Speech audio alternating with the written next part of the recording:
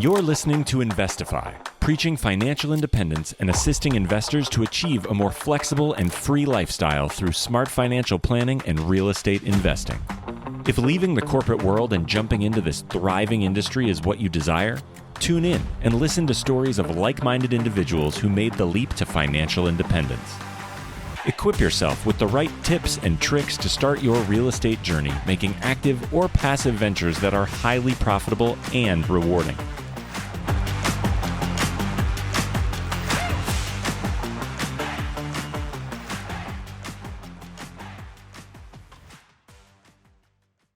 What's going on, everybody? You are listening to Investify. My name is Craig Curlop, aka the Fi Guy, and I'm here with my co-host, Miss Allie Garcet.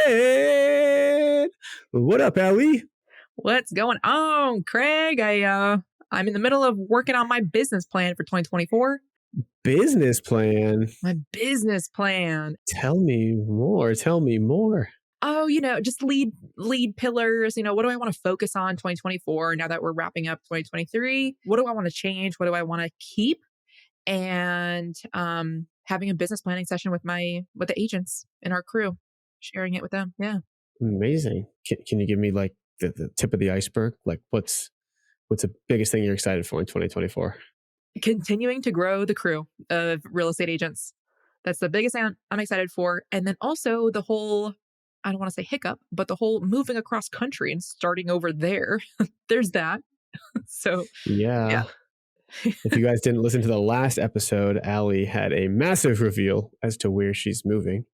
And I'm going to make you go listen to that last episode to reveal where. So then if you live in that area, you can hit Allie up and maybe be one of her newest friends in the great state of, you have to go listen. I'm not gonna fall for my own trick. That's amazing, Allie. And you think YouTube is going to be your main source? I know you love YouTube. I really do like YouTube. And I'm starting to partner with vendor partners as well for it. I'm going to start. So I'm going to provide, my intention is to provide that fresh perspective. Hey, moving to blank state. This is what my opinion of it is. So, like will attract like, both with agents and with clients. And starting to also incorporate just more life in there too, since my wife is getting out of the military. So a little bit more freedom there. Yeah. That's amazing. Well, speaking of freedom, we've got a great guest today, Mr. Ian Hogan, who is a gentleman that I met just a couple of months ago at a kind of like impromptu meetup that I went to and ended up speaking at in my hometown of Worcester, Massachusetts. Well, my true hometown is Leicester, Massachusetts, which is where he actually bought a property. And so it's almost like I never thought I'd interview somebody, honestly, that like bought a property and house hacked in Massachusetts, because the numbers just, to me, don't work, and I don't love like investing in Massachusetts. But he's figured it out, and I'm all for it. And so I want you guys to listen in and he'll share with you basically how you can it's just proven that house hacking and investing works in any market, no matter what market you're in. You just got to figure out the best way to do it. And so I'm going to let Ian come on the show and explain how we do it.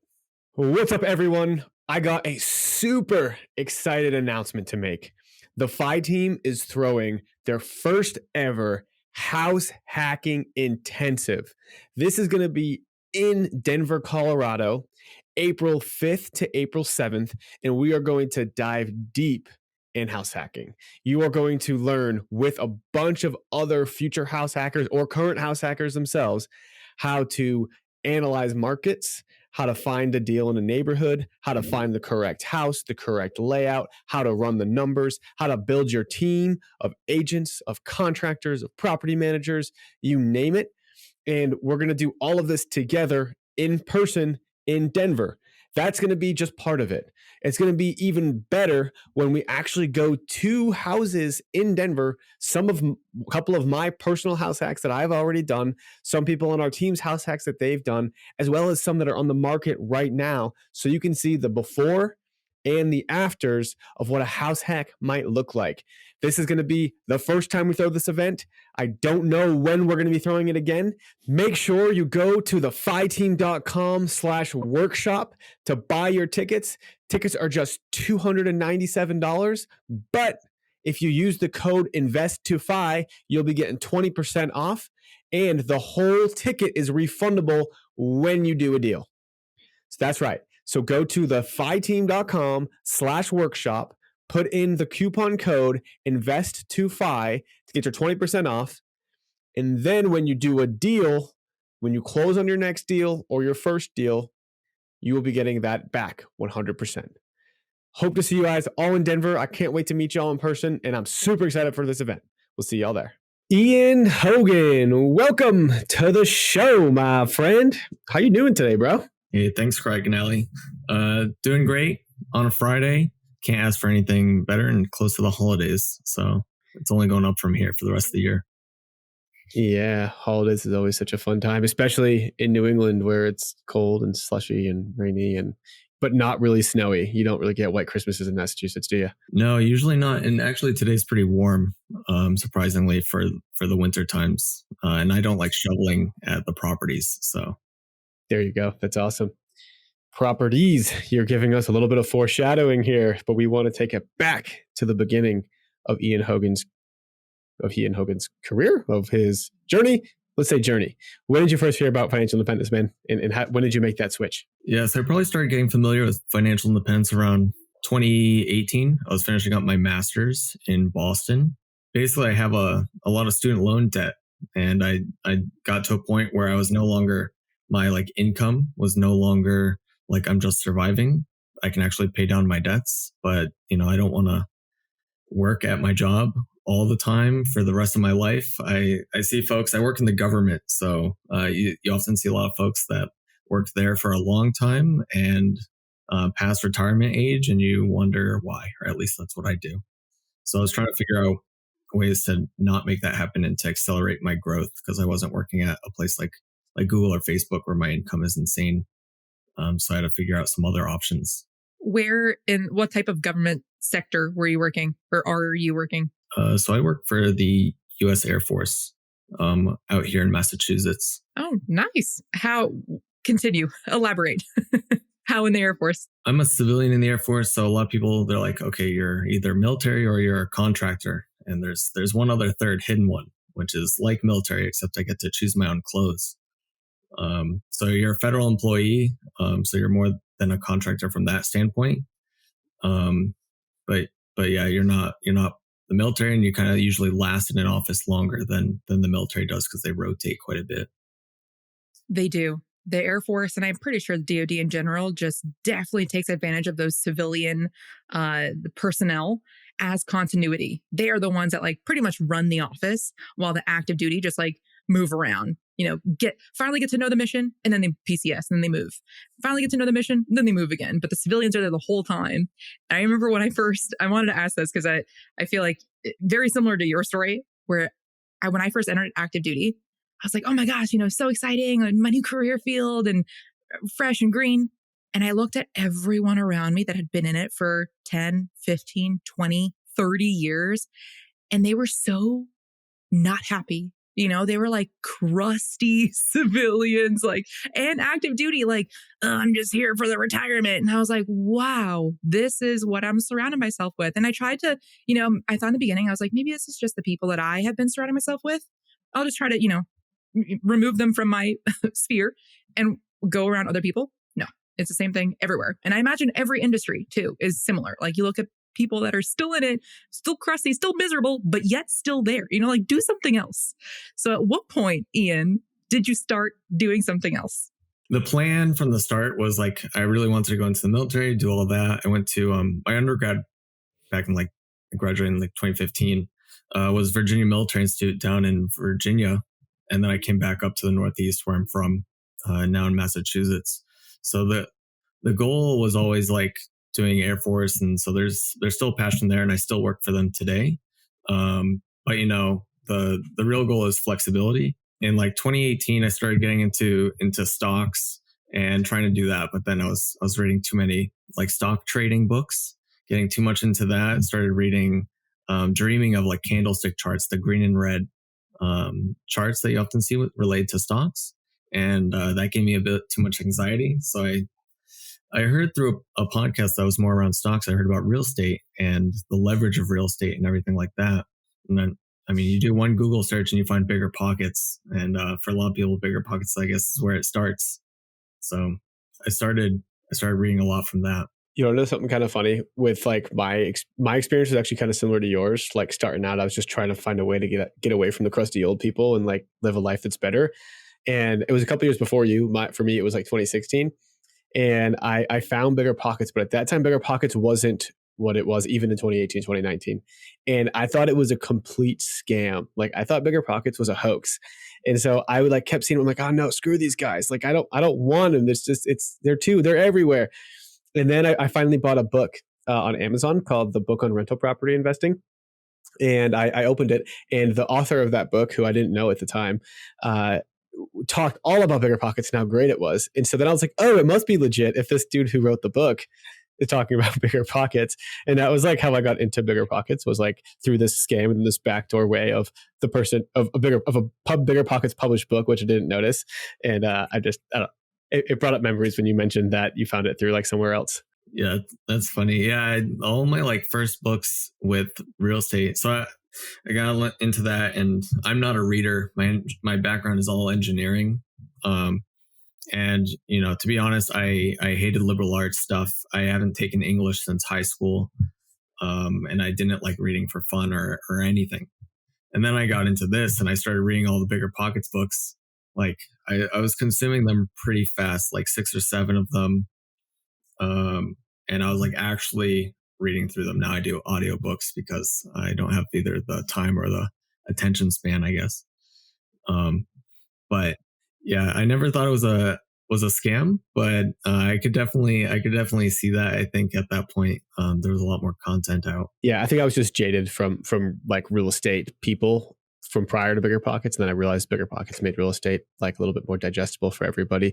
But anyway, so Ian, tell us. So you start learning about real estate in like 2018, 2019. Like, what's your first move after you start reading, start educating? Yeah, so you can basically read and do all the analysis and stuff that you want. I think that's pretty common. But the big one was starting to talk to an agent, which I actually found through BiggerPockets. I reached out to like 2 agents.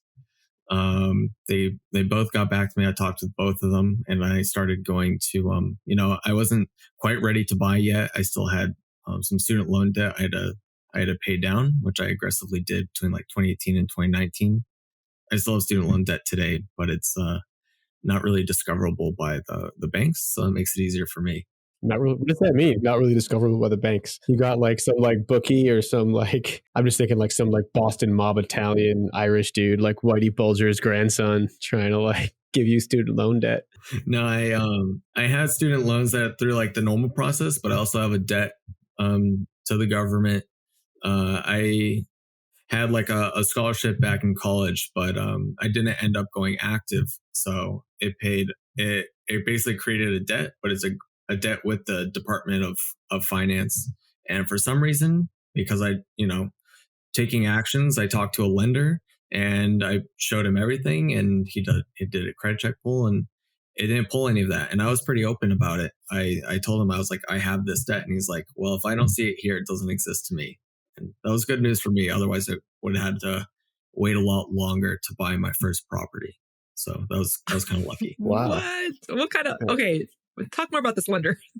Well, it was all lenders. So that was the first lender. I didn't end up using him, not because of, you know, any shady things. My first property, to slightly skip ahead, was a 203K, and not all 203K lenders are the same. So that kind of forced my hand with a lender. Okay. So it sounds like, okay. So you bought your first property with a 203K loan. Let's get, when was this, Ian?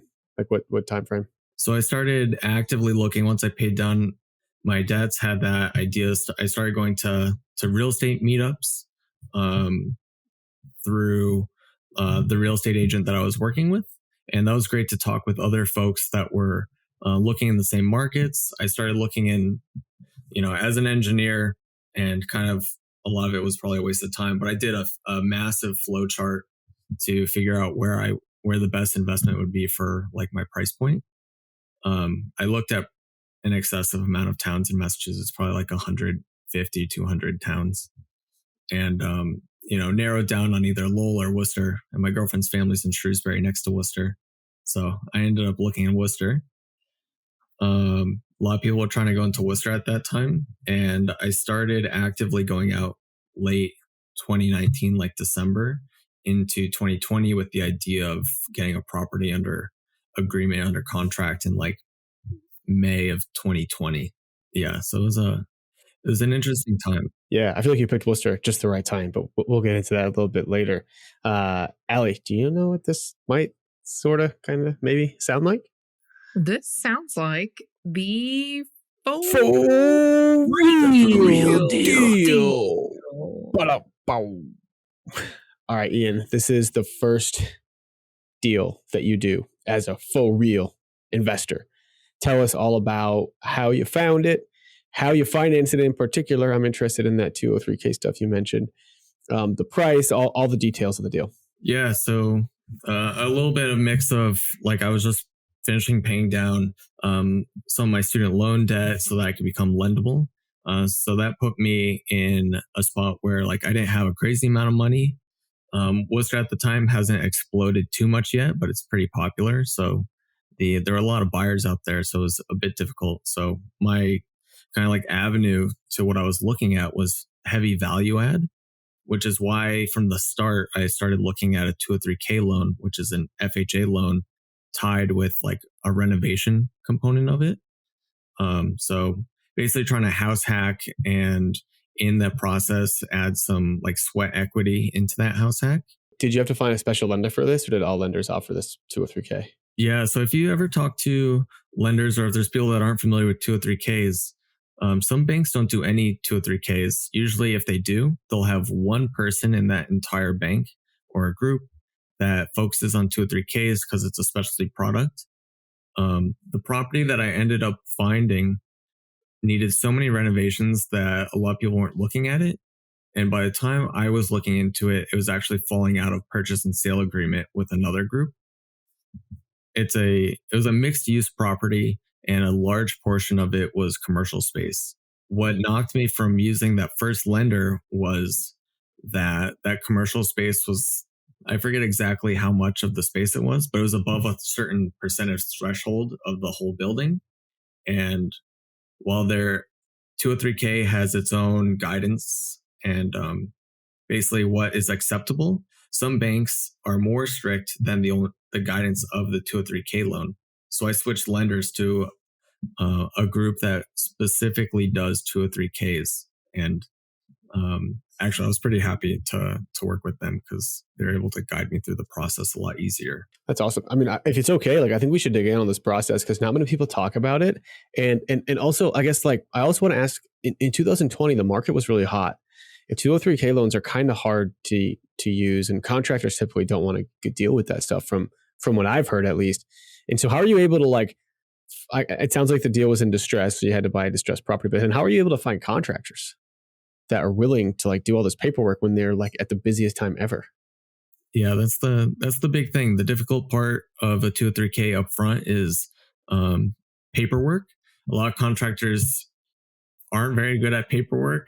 Nothing against them, but it's a pain, and even harder for them, especially in 2020, was that contractors have to be able to foot the bill up front because they have to wait for certain checkpoints and inspections to get paid.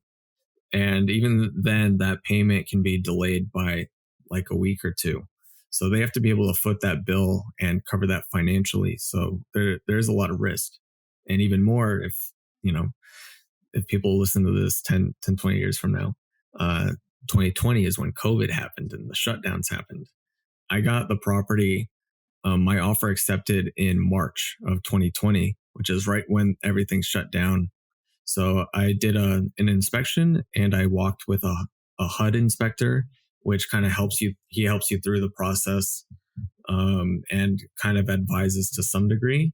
But I also had a contractor walk with me. A general contractor has to be a licensed one. And so they have to have a license. They have to fill out this paperwork and bid out the entire project. And that general contractor that I liked a lot, She ended up pulling back because of COVID. She had a high risk health thing at home, and basically she didn't want to do the project anymore. So I think it delayed the process by months just to get a contractor out there that was willing to do it in the midst of COVID when they didn't know what shutdowns were going to affect. Ultimately, real estate sales kept on going. They were seen as essential. So real estate didn't actually take a dip during COVID. It boomed up, which I don't think anyone really expected unless you watched all the numbers as it was happening. So that was the difficult part. So were you responsible for finding every contractor? Like, or does your 203K lenders have a list that you can kind of call down and be like, hey, I know these guys will do it. And do you just need one contractor? Do you got to get multiple bids? It's better to get multiple bids, but I think technically if one bid works, you're allowed to move forward with it. And I don't remember getting any from my lender, but my real estate agent, who focused almost completely on multifamily investment properties, they'll usually have like a list of contractors that they recommend. And that's what ended up happening. So I called several. Some gave me the runaround. Some were like pretty close to finalizing a bid and then pulled out right at the end, which was frustrating. So like wasted a month or two there. And ultimately, I went with a contractor that was recommended by my real estate agent. It was with some caveats, with knowing how that contractor is, and kind of accepting that pain. Otherwise, the project wouldn't have happened. Another great reason to make sure that you're picking a good investor-friendly agent wherever you're at is because they've got the connections. And then, yeah, I just want to like illustrate to everyone listening that maybe hasn't done a deal yet and the 203K loan maybe sounds appealing, is that it's a lot harder. Like it's a lot easier on paper and to say on a podcast, like, oh yeah, you get this loan, it's 3.5% down and all your rehab costs are paid for. Sounds amazing. But in practice, it is difficult. You're going to probably not have the best contractor because they're not going to want to work on those terms. You're probably not, it's going to take you a lot of time to find that person. You're going to be losing lots of money during that time. So personally, I don't like the 203K loan. I advise people away from it for that reason. Ian, it sounds like it maybe worked out for you. I'm not saying it's like it would never work out, but I want to kind of dig into this deal a little bit more. So like, what kind of property was it? What did you purchase it for? How much was the rehab? What did you do? All that good stuff. Yeah. So I guess skipping to the end, I have learned I go big or go home with a lot of things in my life. And with this property, it was definitely one of those. It's a mixed use 4-unit property. So one of the units was commercial and 2 of the units were rentable at the time. They're 3-bed, 1-bath. For the most part, they were fine. The first floor had a studio apartment and then this large commercial space that the current owner was using basically to store computer equipment. And, the landlord, he was not the best. He would buy or pay for very cheap and semi-sketchy repairs on things, which I knew openly. I had a home inspection, get a home inspection. And we went into it knowing that it was going to be a lot of work. But the value add part that was huge is we're able to, and I also called the fire department to confirm this and zoning and everything. We're able to take 1,000 square feet from that commercial space. It's about 1,900 square feet. It will take 1,000 of that and add it to that studio apartment. And the plan for the 203K was to convert that studio apartment to a 3-bed, 2-bath. And I mean, I didn't even have the vision at this time to do it. The person that suggested that was the HUD inspector, which is amazing. Yeah. And then basically kept that going with the contractor. I did the floor plans, and even then we kind of modified it over time. But it was a large project, but a significant value add for that. The project total, what they do for a HUD is you have your purchase price, you have your bid, and then HUD adds on a contingency based off the risk of the property. And since this is such a large one, the estimate that we actually went with, or the bid that we actually went with, was $130,000. and I bought the place for $362,000. So very significant build cost. And I think they put in like a 15% contingency on that, whatever that is, in thousands of dollars. And that contingency is if you run over budget, they have a pool to pull from. And then wrap that all up, and that is your mortgage payment. And you can't just go off and do whatever you want, because that cost together has to be within, I believe it's like 110% of the appraisal value, which the appraiser basically, you tell them what you're going to do, what work it is, and they appraise based off of the future, not the current, and you have to go off that. So the first bid I actually got was $230K, and that was an instant I cannot do that because it would not appraise at all. Yeah, and so you said 162,000 purchase plus 100. So are you at like 262 kind of all in? It was a 362,000. So all in, it's around like 500,000. Oh, okay. I misheard you. Okay, so wow. Okay, so 500,000 all in, and the first appraisal came back at 230 with the 3.2, basically being four. Like, yeah, you've got the 3 units plus the commercial space. Yeah. Dang. So what happened? This is a large project. This was my first project, but I'm pretty good at handling anxiety, and this one definitely caused a lot. Almost everything has gone wrong with the building, but is now getting slowly repaired. Basically, over time, there's issues of like with the contractor, with COVID and everything.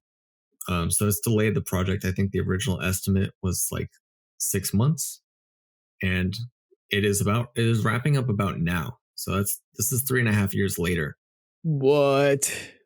Oh my gosh. Wow.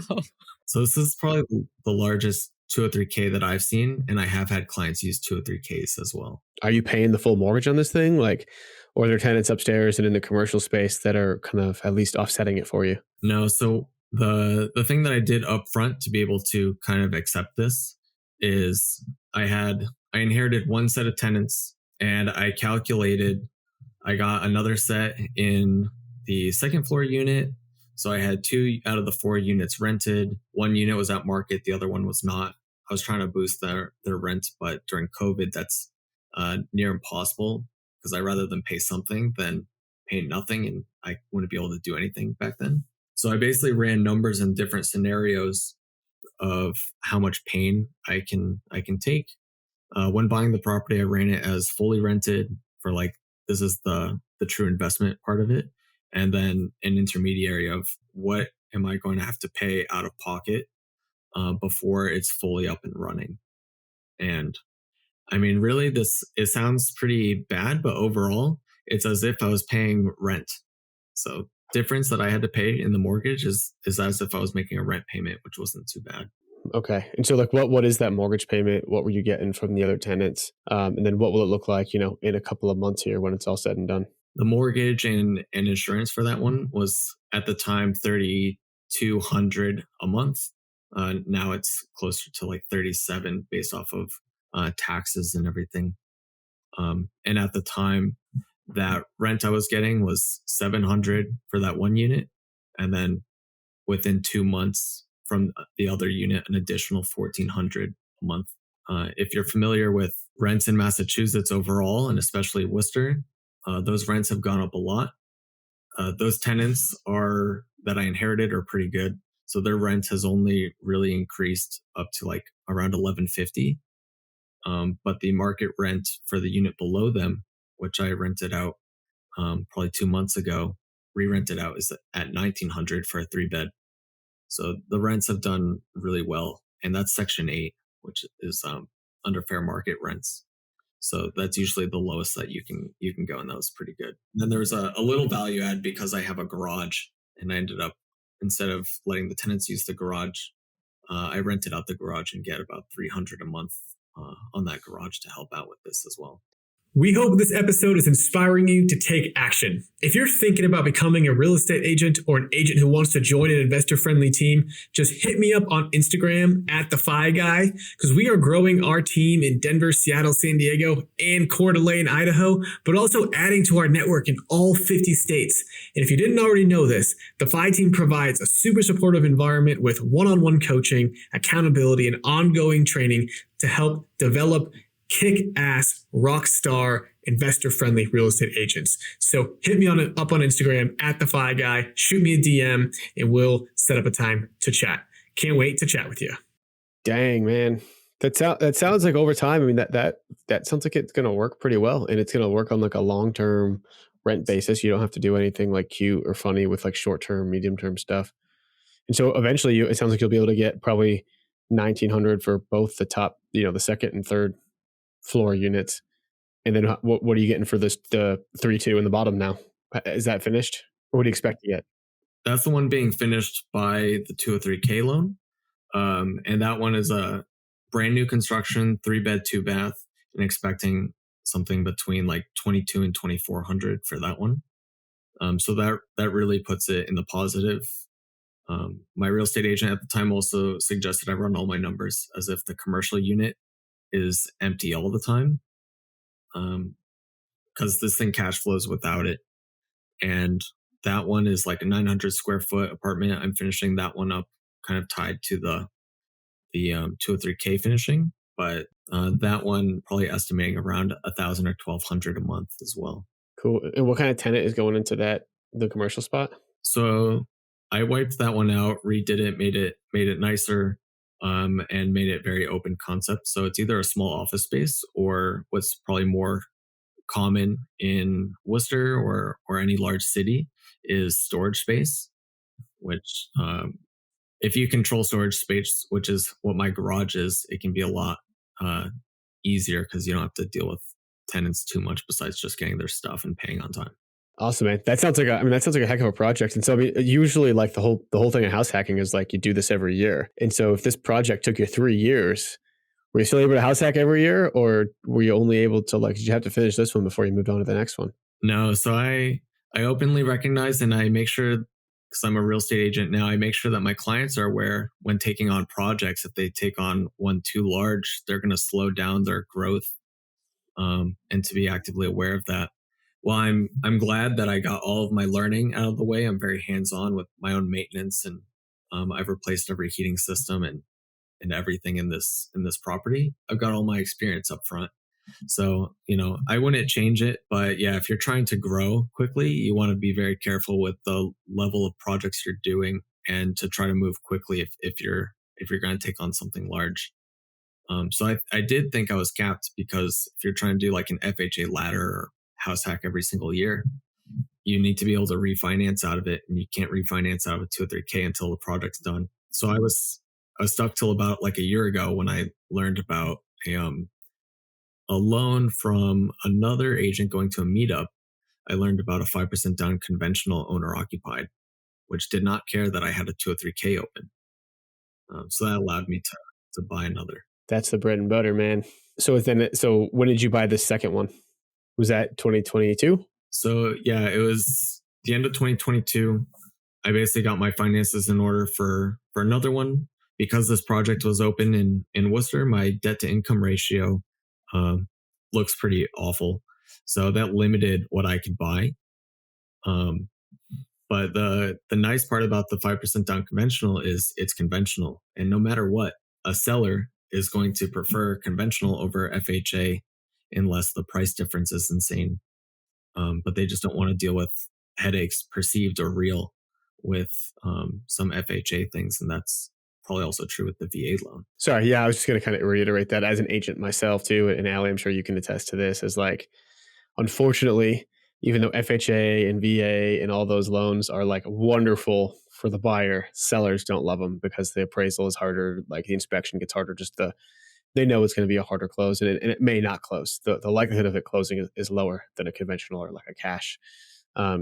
Allie, have you had any trouble? I know you work with a lot of military people. Like, have you had any military folks like have it be hard to get into a property because of the VA loan? Not at all, actually. Really? Yeah, not at all. I can see how it could be misconstrued or not really well known in an area that's not a military town. We have an active duty base. It's a big part of our economy, like usually in military towns. I have seen that with FHA. FHA, it can be more difficult. Buyers or sellers would prefer conventional or cash. But VA is really well accepted here in Tucson. Wow. That's so funny. In Denver, which is not a massive military place.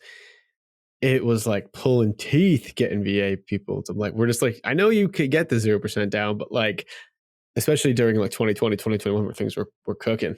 That's cool though. That's interesting. Awesome. All right, Ian. So tell us about this next place that you got. Like, so you were able to get, was it a multifamily place? Because I thought you couldn't, I know the rules have changed now about you buying a multifamily place with a conventional loan, but I thought you couldn't do that prior to like November of 2023. No, to be honest, I'm not quite sure. I need to talk to a lender because I'm not quite sure the difference of what recently got passed and before. But that 5% down conventional, owner occupied, you can buy multifamilies with it up to 4 units, just like pretty much what just got passed. I think one is government backed and one is more of a product of the institution. So I went with Fidelity had it at the time. So I spoke with them and I was kind of shocked and excited about that because I didn't think I could buy another one. Based off my price point though, because that debt to income ratio from not having 2 of my units rented, so like property wasn't cash flowing, that limited me down, especially since then Worcester has exploded. A 3-family in Worcester back in 2020 was probably selling for like mid 400s for a decent one.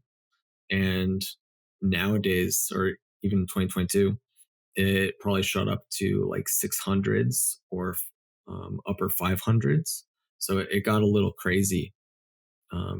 During the bidding period, properties were easily going 50, 60K over asking. And in a lot of ways, you run numbers on it and it didn't make sense at all. So a lot of speculation probably, but that limited me.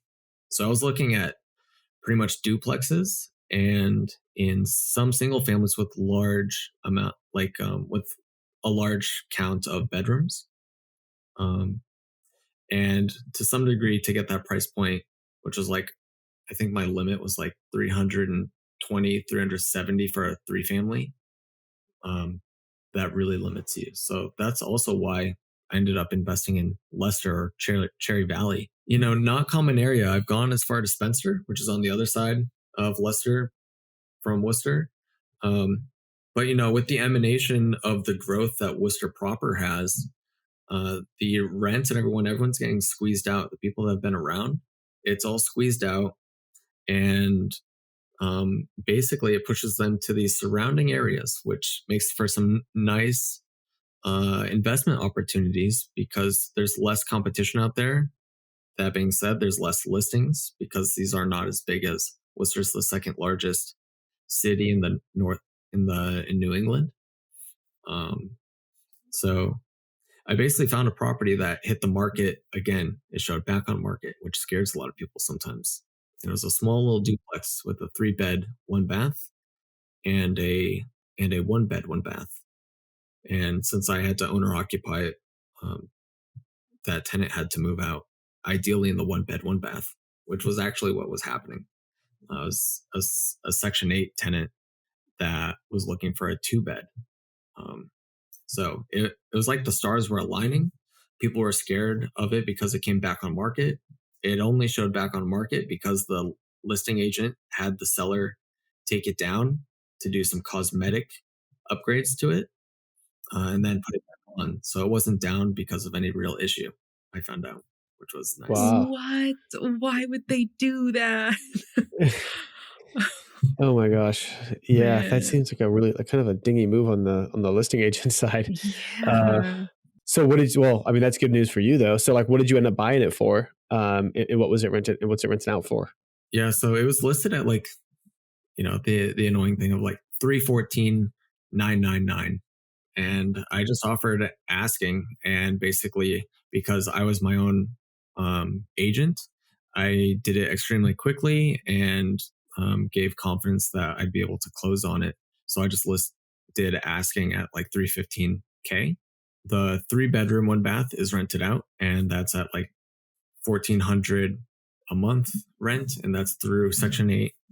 So that's pretty stable. The tenant was very nice, and not that you should go just for like nice tenants, but this tenant was very easy to work with. And that's a big one especially if you're doing the own maintenance and property management of your property. Yeah. And what about the 111? Are you living in that now? Yeah. So I just started renovating that 1-1. I lived in that through 2022. Pretty easy considering I live on my own. So I had no issues there, and pretty much a perfect one if you're house hacking. So, but now I'm doing some renovations onto it, all just cosmetics, and I plan on renting that out in probably the next month or two. I'm thinking between like 12 and 1,400, and I believe I can get that through fair market rent on it. Should be around there. That's pretty solid, man. I mean, you're doing 1,400 and 12. I mean, you're kind of approaching the 1% rule, which is like kind of crazy. It's like hard to hit that, I think, anywhere these days, unless you're in like a really cheap market. And I remember when I was in Worcester and I was looking at some deals just from the presentation that I saw you guys do at the meetup, there were a lot of deals in Massachusetts that hit the 1% rule, like they were in the $400,000 or $500,000 price point range. And it was renting out for $4,000 or $5,000 a month. But like the numbers still didn't really work that well, or like they're not deals that people were jumping for. Like, why is that? Is something like, is insurance bad in Massachusetts, or taxes, or like tenant pool not good? Like, how come that's not a deal? It's an interesting issue. Worcester's pretty large and it varies heavily by street. And, talking as an investor is a lot easier than talking as an agent. Certain areas, the duplexes will rent out like single family homes. But you have to know which areas those are, and that can allow for better rents. Like Northern Worcester is very much like that in like the Burncoat area, and that's where like duplexes are going for 500,000. If you have a duplex and you pay 500,000 in like Southern Worcester, where there's not as much stuff or amenities and things like that, and you have a different tenant pool, you're gonna have a really hard time. While there's a lot of renters out there looking, a lot of them are on Section 8 or they're trying to get on Section 8, which, I mean, the circumstance, to be honest, really, really sucks. It's very unfortunate. It's very difficult renting out to people and talking to them about their issues because everyone has like kind of the same ones. But they're being priced out. And Section 8 only pays so much. Can you get into like the Section 8 stuff a little bit? Like, what is it? What are some of the pros and cons of it? And would you recommend other people do it? Yeah, so Section 8 is basically, there's a long waiting list, but if you're on it, basically what is promised is you have a voucher for a certain number of bedrooms and a rent up to a certain number. So for example, if you have a family and you are given a voucher for a 3-bedroom, that means that you can get technically you can get a 2-bedroom apartment if you wanted, but you can get a 3-bedroom and they'll pay right now for say like $1,900. So that when you are applying to an apartment, it is illegal for them to not look at you because you're Section 8, although some people do it. It's not allowed. But basically when they're looking at your stuff, they can still do credit check, background check, and I highly recommend it as a landlord. The nice bonus is a significant portion of your rent is guaranteed by the government. It gets direct deposited into my account. During COVID, this was what I specifically sought after in my second floor unit because at the time, I was pretty scared that if I had a tenant that I brought in and decided to not pay, there was nothing I could do with the courts because the courts shut down and they wouldn't let you evict anyone at that time. And anyways, an eviction in Massachusetts would take, I don't know, probably 5 or 6 months, depending on how it goes. So it sounds like the Section 8 is it's almost like guaranteed rent because the government is paying a good portion of it, and then there's obviously that other little portion that the tenant would need to pay. Have you had any problems with these tenants, like in tech? And what I hear, I can't say I agree with the statement, but what I hear is that sometimes they're a little bit rough around the edges, or they're they're a little bit rougher tenants to deal with. And so, have you had that experience or no? I'd say it's a mixed bag. Ultimately, these people have had a harder financial time, or they have some sort of like health issues or things like that. That's why you still want to do your own background check and credit check. Section 8 does their own background check, and I even had a Section 8 person that was applying because I still make them do it. They're like, oh, I already had this. And I was like, okay, well, I'm going to do one. So you can have that. I have seen that going into other people's apartments that are selling their property, but really it's who you rent. And I have some pretty great tenants. They're all very nice and easy to work with, that are all Section 8.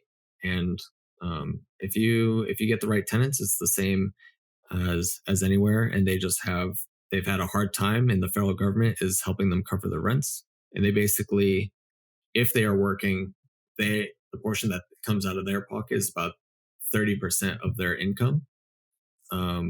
So it's in these, we're talking like if their rent is $1,900, their portion that they might be paying could be like, I don't know, 400, 500, sometimes down to 200.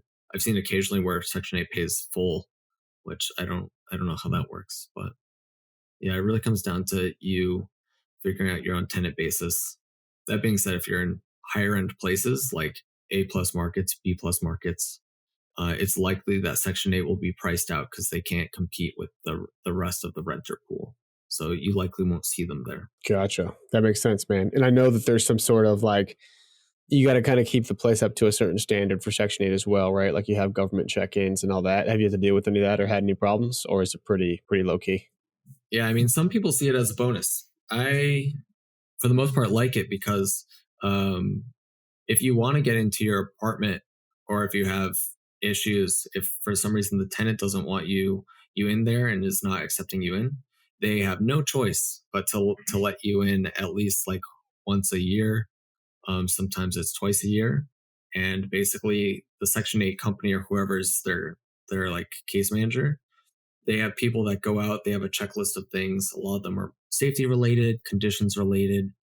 And they're just doing a walk around. And for the most part, it's semi-dependent on who's coming out to do the inspection, but they're trying to help out the tenant, make sure that they're not in a bad situation. Their landlord is doing what they're supposed to be doing. Have I failed an inspection?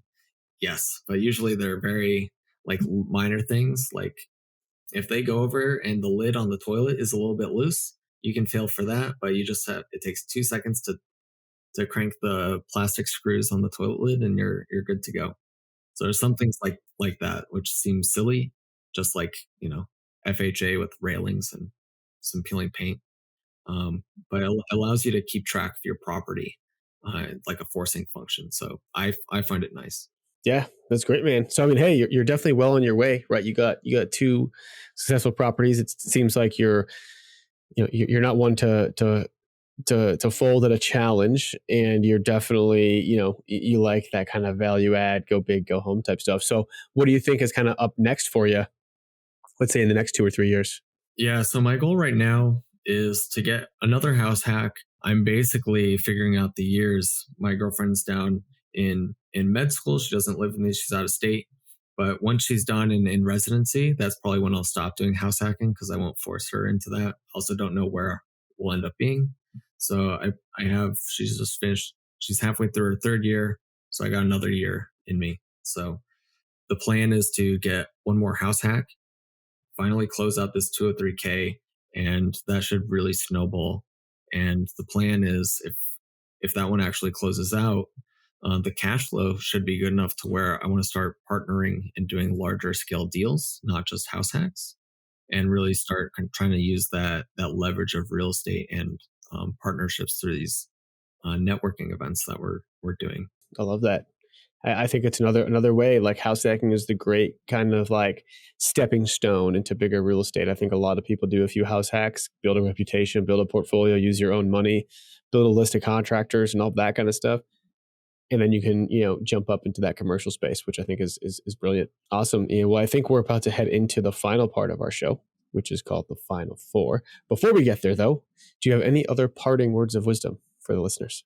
Yeah, I'd say like the biggest thing that stops a lot of people, myself at the start, and a lot of like really new clients that are looking into house hacking is, you can analyze a deal and be worried, but the real thing is just go out there, start taking action, and partner up with some good agents or mentors or something to talk you through things, because it might seem scary to you up front, but for the most part, I'd say house hacking is a pretty low risk thing to get into investment real estate. You're going to be happy once you start. Love it, man. I love that. All right, Allie, you know what time it is? It's time for the Final four. All right, Allie, kick us off. Ian, what book are you currently reading? So I recently just finished a book, actually, and I switched to audiobooks, as I mentioned before.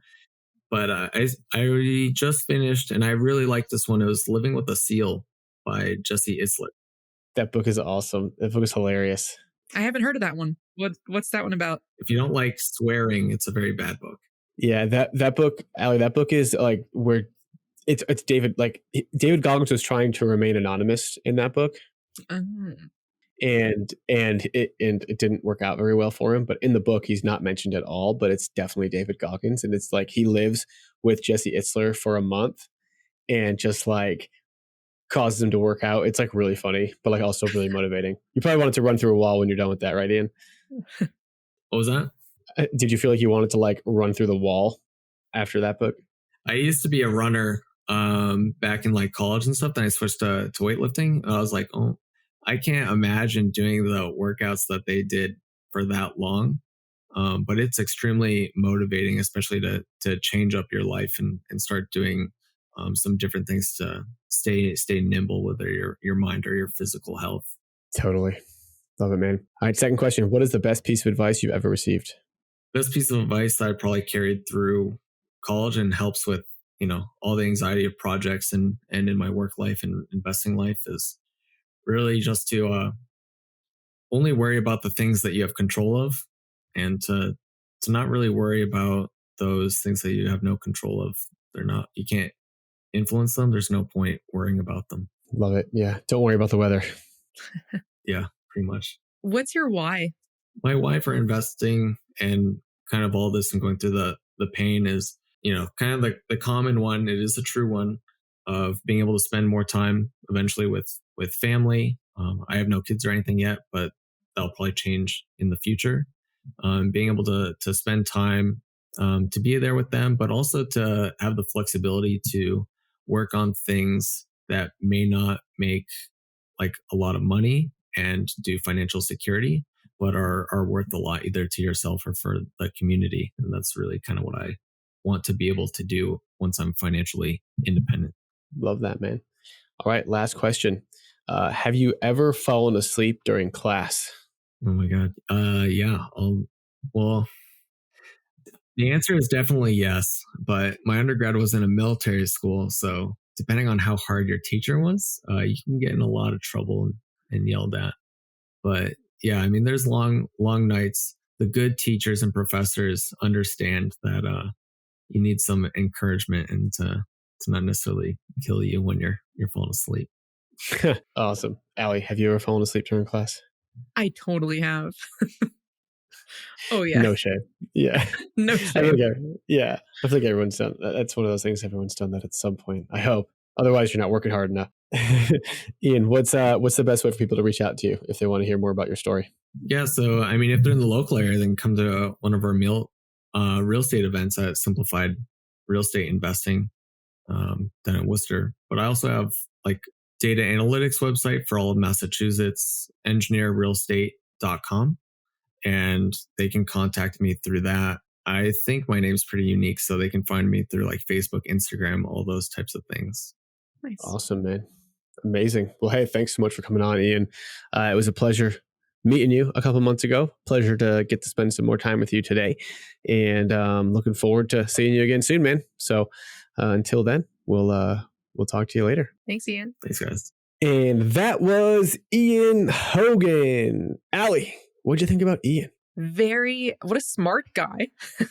And the grit and the amount of patience I think someone needs to do a 203K loan. I had been considering it for a while, but dang, like 3 years, he has learned a lot of lessons along the way. That's only going to help him continue on his real estate investing journey. Absolutely. Yeah. I mean, he took on a massive project with a very slow 203K loan in the process. And it did stop him from house hacking multiple times. Like I truly do. I have not yet been convinced of the 203K loan after hearing less than 10, but probably more than 5 people's stories of doing 203K loans. It always seems to be like a drawn out drag of a process that's pretty stressful. And like the only benefit is that instead of paying 50 grand for your rehab, you're going to pay 3.5% of 50 grand or whatever that is. And so like, I just think like when you're, especially in the beginning, when you're house hacking or whatever, just like find something that's relatively turnkey. Find something that like maybe just needs a couple grand of rehab, maybe some paint, maybe an updated kitchen, but nothing so crazy, because you're really missing out on a lot of wealth building if you're not able to buy the second one exactly a year later. That's the magic in it, is buying 1, 2, 3, 4, 5 in as many years. And yeah, that's my thought. I know Ian did really well, and this property is going to cash flow him. It sounds like a couple grand a month. But man, I don't know. I didn't see any gray hairs, but his camera, the camera in my computer screen might not be that good, but he might have a few buried in there after this one. Well, you spoke at his meetup, right? So did you see any there in person? No, next time I'll pretend to be like a monkey and like apologize to him for saying he's got gray hairs by like picking out the bugs in his hair or something. I don't know if that's actually what monkeys do, but I think I learned that from like the wild thornberries or something when I was a kid, and it just like stuck in my head. So that was a good show. Yeah, it was fun. I always wanted to be able to talk to animals and stuff. But anyway, but yeah, go give Ian a follow. If you're in Massachusetts or you're in the Worcester area, definitely go hit him up. Go join their meetups. And if you like this episode, guys, if you would please leave us a rating and review. It helps us tremendously in growing the show, and providing gives us more credibility, so we can bring on better and better guests and keep providing you with the best content possible. So thanks again so much for listening. This is Craig Curlop, aka the Fi Guy, and Ali Garced, aka Ali the Agent, signing off. That's it for this episode of Investify. We hope that these nuggets of real estate wisdom lead to more savvy financial planning and a clearer path towards financial freedom. For more content like this, subscribe to the show at investify.com. Don't forget to leave a rating and share it with your friends. Together, we can transform more real estate newbies into successful and clever investors. Thank you so much for listening. See you on the next one.